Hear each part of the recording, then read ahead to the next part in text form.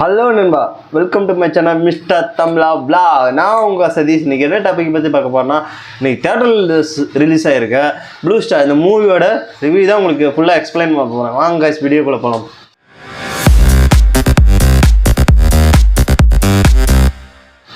Blue star இந்த படத்தை பற்றி சொல்கிறதுக்கு முன்னாடி நண்பா, எதனாலனா அதுக்கு முன்னாடி அந்த படத்தோட டேரக்டரை கண்டிப்பாாக பார்த்தவன் நண்பா. ஏன்னா அந்த படத்தில் வர ஒவ்வொரு கேரக்டரும் அந்தளவுக்கு பேசும்படியாக வச்சுருக்காரு நண்பா என்னை பொறுத்த வரைக்கும். ஏன்னா அந்த படம் பார்க்கும்போது அதோட ஃபீல் தெரியுது. ஒரு படம் புதுசாக எடுத்துக்கிட்டோன்னா பார்த்தோம்னா ஒவ்வொரு படத்தை பார்க்கும்போது இந்த கேரக்டர் இப்படி தானா, இந்த கேரக்டர் அப்படி தானாங்கிற நமக்கு மனசுக்குள்ளேயே ஆழமாக பதிஞ்சிரும். அந்த மாதிரி தான் இந்த கேரக்டர்லாம் என்ன கேட்டிங்கன்னா அந்த மாதிரி தான் வடிவமைச்சிருக்காரு நண்பா. எனக்கு இந்த படம் எப்படின்னா நல்லா இருக்கு நண்பா. ஏன்னா அந்தந்த கேரக்டருக்கு உண்டான வேணுங்கிற கேரக்டர் மட்டும்தான் இந்த படத்தை யூஸ் பண்ணிக்கோங்க அப்படிங்கிறப்போ. ஸோ அதனாலே இந்த படத்துக்கு ஒரு ப்ளஸ் பாயிண்டாக இருக்குன்னு நான் நம்புகிறேன். இன்னொன்று, இந்த படம் வந்து ஒரு ஸ்போர்ட்ஸை சம்மந்தப்பட்டது அப்படிங்கிறப்ப இந்த படம் கதைக்களமும் ஒரு ஸ்போர்ட்ஸ் சம்மந்தப்பட்டு தான் நகரும் நண்பா. அப்படிங்கிறப்ப அந்த ஸ்போர்ட்ஸில் என்னென்ன ப்ராப்ளம்ஸ்லாம் வருது, அந்த இடத்துக்கு ஒரு இடம் வரும், அந்த இடத்துல ஸ்போர்ட்ஸ் விளையாடும், அதனால என்னென்ன பிரச்சனைகள்லாம் வரும், அதை எப்படி சமாளித்து ஸ்போர்ட்ஸ் நடத்துகிறாங்க, கிரிக்கெட்டை வச்சு தான் அந்த கதைக்களமே நகரும். ஸோ அப்படிங்கிறப்ப அந்த கிரிக்கெட்டு உண்டான சம்மந்தப்பட்ட பிரச்சனைகள், அந்த இடத்துக்கு உண்டான பிரச்சனைகள் அந்த செட்டு போட்டு பக்காவாக எடுத்துருக்காங்க. எனக்கு பார்த்தோம் அந்த படம் பார்க்குறப்ப ஒரு செட்டுனே ஃபீல் ஆகுது. அந்தளவு பயங்கரமாக பண்ணியிருக்காங்க நண்பா. ஏன்னா போன வருஷம் 2023 எடுத்துக்கிட்டீங்கன்னாவே உங்களுக்கே தெரியும், சின்ன பட்ஜெட் படங்கள்லாம் மிகப்பெரிய வெற்றி அடையுது. எல்லாத்துக்குமே நான் சொல்ல தேவையில்லை, எல்லாத்துக்குமே தெரியும் நண்பா.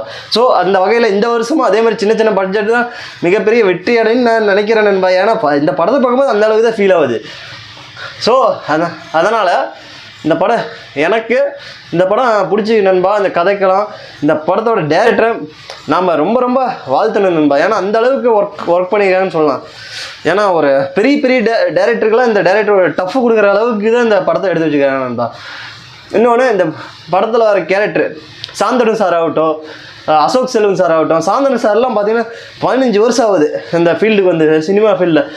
அப்படி ஒரு 15 வருஷத்தில் ஒரு பக்காவான கேரக்டராக நின்று பேசுகிற மாதிரி கேரக்டராக இந்த படத்தில் இருக்குன்னு நான் நம்புகிறேன். ஏன்னா அந்த அளவுக்கு தான் சாந்தனு சாரோட கேரக்டர் அந்த அளவுக்கு தான் இருந்தது, அந்த அளவுக்கு தான் வடிவமைச்சிருக்காங்க. ஸோ அந்த சாந்தனு சார்லாம் ஒரு இடத்துல சாப்பிட போகும்போது ஒன்று பண்ணுவார் பாருங்க, அவர் அதாவது நார்மலாக பண்ணாரா, ரொம்ப கஷ்டப்பட்டு பண்ணாரா எனக்கு தெரியல நண்பா.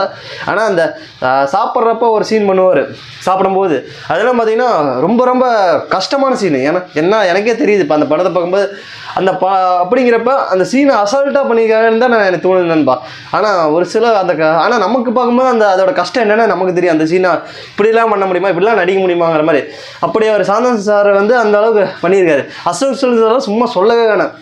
அவர் கடைசியாக வந்த எனக்கு தெரிஞ்சு போர் தொழில் இன்னொரு படம் ஏதோ வந்து நண்பா, அந்த படம் நான் பார்க்கல. பட் ஆனால் அந்த படம் நல்லா இருந்துன்னு சொன்னாங்க நண்பா. ஸோ அதனால் அசோக் செல்வன் சாருக்கு தொடர்ந்து வெற்றியாக வருது, இன்னமும் வெற்றி அடைய என்னோடய வாழ்த்துக்கள்ண்ணா சார். இன்னொன்று, அசோக் செல்வன் சார்லாம் நடிப்புங்களாம் வேறு லெவலில். அவரோட அந்த பேருக்குன்னே ஒரு பேர் வச்சுருப்பாங்க, அந்த பேர் மறந்துருச்சு நண்பா. அந்த பேருக்குன்னே அந்த கேரக்டரை இந்த மாதிரி இருந்தது, அந்த மேக்கப்பு ஸ்டைலு எல்லாமே அந்த மாதிரி இருந்தது நண்பா. ஸோ அந்த படத்தோட கதையும் ரொம்ப பெருசில் இல்லை, எல்லாத்துலேயும் கொஞ்சம் எடுத்துருக்கேன். அரசியலில் கொஞ்சம், ஸ்போர்ட்ஸில் கொஞ்சம், க்ளப்பில் கொஞ்சம், எல்லாத்துலேயுமே ரொமான்டிக்கில் கொஞ்சம், எல்லாத்துலேயுமே கொஞ்சம் எடுத்துக்க.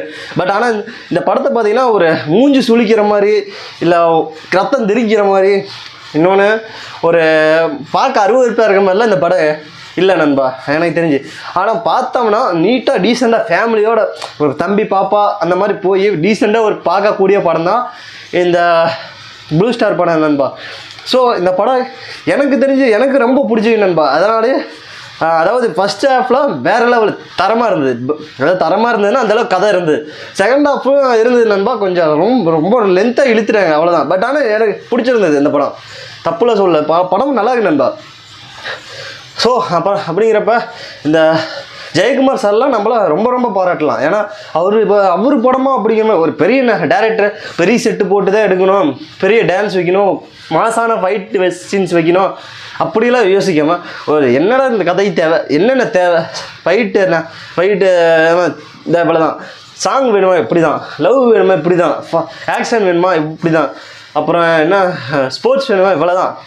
ஸ்போர்ட்ஸில் அந்த ஒவ்வொரு எல்லா கேரக்டரோட, அதாவது ஸ்போர்ட்ஸ் வேலை 11 பேர் இருக்காங்க நண்பா. அந்த 11 பேருக்குமே முக்கியத்துவம் கொடுத்துருக்காங்க இந்த படத்தில். ஏன்னா அவங்களுக்கு உண்டான ஒரு கதை களத்தை வச்சு அந்த 11 பேர்த்துக்கு ஒவ்வொரு கதையை சொல்லி, அதாவது கதையோட நகரம் அந்த 11 பேர்த்துக்குன்னு வச்சுங்களேன். ஸோ அப்படி இருக்கிறப்ப எனக்கு இந்த படம் ஒரு நல்ல வெற்றி தான் நான் நம்புறேன் நண்பா. எனக்கு ரொம்ப ரொம்ப பிடிச்சிருந்தது. இதெல்லாம் தேட்டரில் போய் ஃபேமிலியோடு பார்க்கல உண்டான ஒரு படம் தான் நண்பா இந்த ப்ளூ ஸ்டார். அதுக்கு தான் நான் சொல்லுவேன். ஏன்னா இந்த படம் பார்த்துட்டு வந்து எனக்கு படம் ரொம்ப நாள் கழிச்சு ஒரு திருப்தியான படம் பார்த்த ஒரு ஃபீல் கொடுத்தது. பட் ஆனால் செகண்ட் ஹாஃப் மட்டும் லைட்டாக லேக் ஆகும். பட் ஆனால் படம் நல்லா இருக்கு நண்பா. படத்தெல்லாம் குறை சொல்கிற அளவுக்கு இல்லை. ஏன்னா ஒரு ஜெயக்குமார் சார் டேரக்டருங்கிறது ஒரு புது டேரக்டர். ஆனால் அவர் இந்த அளவுக்கு எடுக்கிறாங்கிறது ரொம்ப பெரிய விஷயம் தான். இது ரொம்ப பெரிய படம்லாம் இல்லை.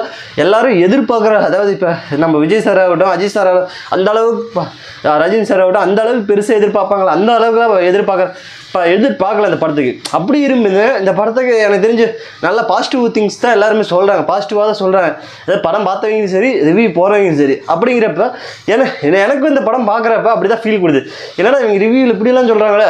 ஸோ அதெல்லாம் நானே மதியானம் தான் நண்பா போய் படமே பார்த்தேன்.